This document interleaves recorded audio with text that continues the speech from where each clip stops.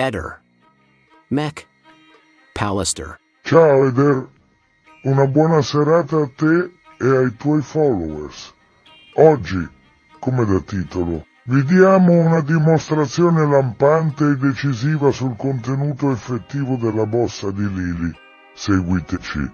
Abbiamo utilizzato non soltanto dei filtri, ma anche un software particolare che consente, attraverso alcuni colori indicatori che rappresentano zone calde di un frame fotografico, la possibilità di poter avere, attraverso la pendenza e attraverso la mappa colore, una direzionalità della borsa che a sua volta ci indica la presenza di una quantità, un peso, e quindi la presenza di oggetti prodotti all'interno della borsa. Così riusciamo a capire che effettivamente dentro la borsa ci fosse qualcosa di pesante, ancor più di quanto effettivamente è stato trovato e rinvenuto dentro la borsa. In pratica siamo riusciti a capire in questo modo, attraverso questa analisi, con questa comparazione dei dati, che nella borsa ci fosse molto più di quello che invece è stato trovato, ovvero la sola bottiglietta di plastica con poca acqua all'interno, le chiavi di riserva, la mascherina. Il dato è prossimo alla certezza. Del resto, al di là dell'utilizzo del software particolare, ad occhio nudo riusciamo anche a capire che Lily, tenendo con la mano sinistra 2 borse di plastica, chiaramente non poteva stringere più di tanto a sé la borsa per tenerla in una posizione più stretta a sé. Ciò ci fa capire ulteriormente come conferma visiva e logica che, tenuta la mano a distanza nel tentativo di reggere le 2 borse, lascia quello spazio che consente alla borsa la manovra e quindi una direzionalità che pende verso il basso e ci dà la conferma di una pesantezza. Di conseguenza quantità all'interno della borsa stessa, e ciò confligge con quanto invece trovato di poco nella borsa indosso al suo cadavere.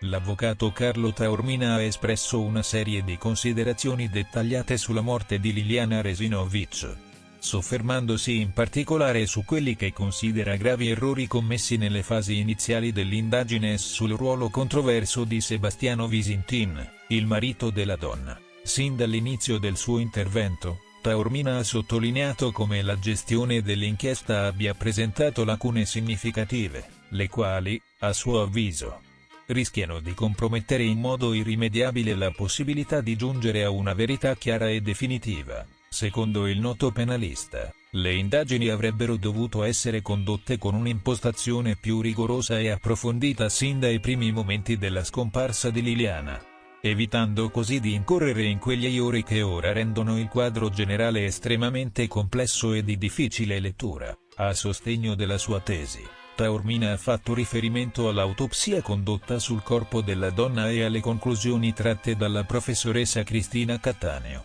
luminare dell'anatomopatologia forense, pur riconoscendo la competenza indiscussa della specialista, con cui afferma di avere una conoscenza diretta e professionale. L'avvocato ha espresso dubbi sulla possibilità che il suo lavoro possa reggere il confronto in sede processuale. La professoressa Cattaneo è una grande anatomopatologa, una delle migliori nel suo campo, e la rispetto profondamente, ha affermato Taormina. Tuttavia, ritengo che vi siano limiti oggettivi nelle analisi che le impediranno di superare il confronto processuale. Sono convinto che, alla fine, questa perizia risulterà perdente o, quantomeno, non porterà a una conclusione soddisfacente e definitiva. Dopo aver evidenziato quelle che a suo avviso sono le criticità investigative, Taormina ha poi spostato l'attenzione sulla figura di Sebastiano Visintin, il marito di Liliana, pronunciando parole estremamente dure nei suoi confronti.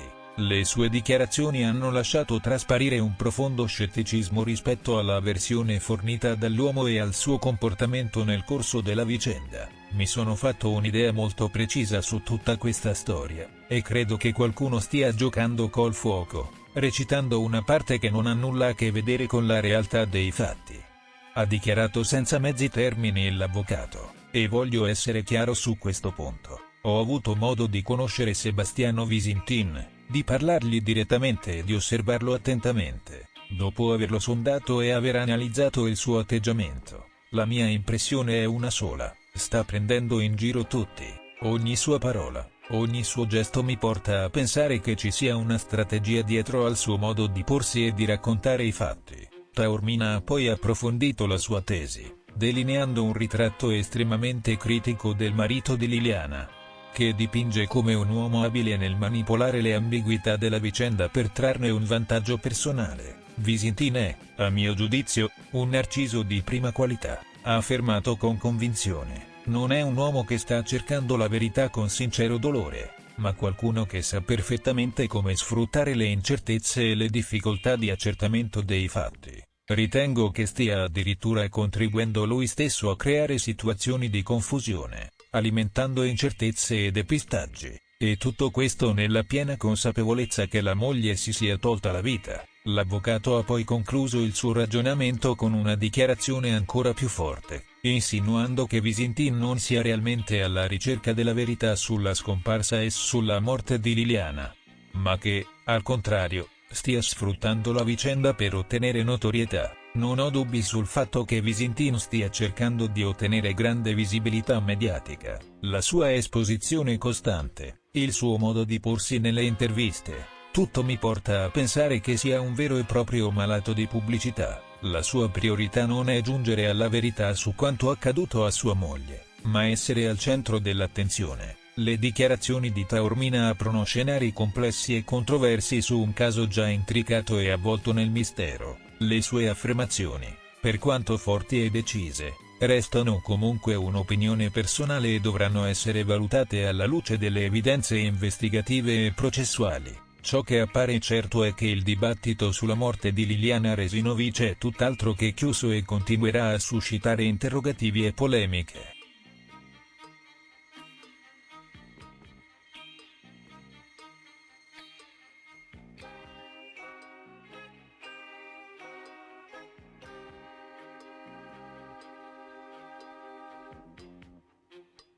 Ehi, non dimenticare di iscriverti a questo canale.